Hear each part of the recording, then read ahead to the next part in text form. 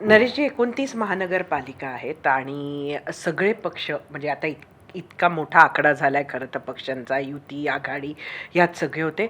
अशा खूप कमी महापालिका आहे की जिथे क्लिअर मेजॉरिटी एका पक्षाला मिळालेली आहे आणि त्यातलं एक म्हणजे ठाणं आणि तिथे तुमचा जो रोल राहिलेला आहे तो मोठा राहिला आहे. हे कसं साध्य केलं तुम्ही? ठाणं आहे हा शिवसेनेचा बालेकिल्ला आहे. आम्ही नेहमी म्हणतो.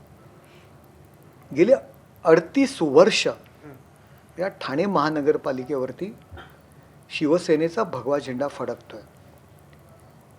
पूर्वी धर्मवीर आनंद दिघे साहेबांच्या मार्गदर्शनाखाली आणि दिघे साहेबांनंतर एकनाथ शिंदे साहेबांच्या मार्गदर्शनाखाली ठाण्यामध्ये आमूलाग्र बदल झालेला आहे. म्हणजे एक छोटंसं असलेलं श्री स्थानक नावाचं जे गाव आहे, ठाणे शहर जे आपण म्हणतो, त्या शहराचं एक मोठ्या महानगरामध्ये रूपांतर झालेलं आहे. त्या ठाणे शहराचे पूर्वीचे रस्ते, आत्ताचे रस्ते, असलेल्या सुविधा विरोधकाच्या चष्मातून पाहू नका, पण खऱ्या अर्थाने जर ते शहर सुधारलं असेल तर ठाणे शहरातली लोक हे मान्य करतात की आमचं शहर सुधारलेलं आहे. आम्ही 32 वर्षामध्ये जे लोकांना शब्द दिलाय, आम्ही सिंगापूर नाही बनवू शकलो, परंतु आम्ही दिलेला शब्द 90% पूर्ण करण्याचा आम्ही प्रामाणिकपणे प्रयत्न केलेला आहे.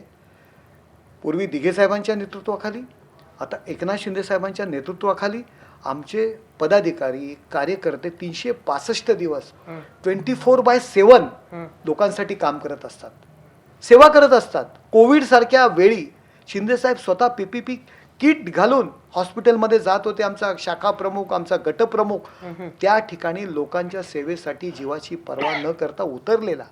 आणि ठाणेकर हे कधीच विसरणार नाहीत.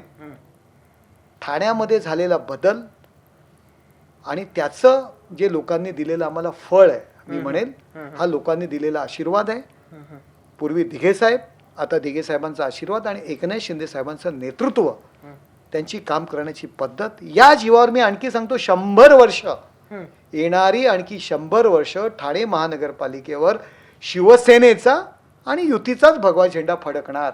आज तुम्हाला मी सांगतो, ठाणे महानगरपालिकेवर तुम्ही जर गेलात तर माझ्या महापौरपदाच्या काळामध्ये संपता मी त्या ठिकाणी परमनंट भगवे, 2 भगवे लावलेले आहेत, ते कायम त्या महानगरपालिकेवर राहणार आहेत. एबीपी माझा, उघडा डोळे बघा नीट.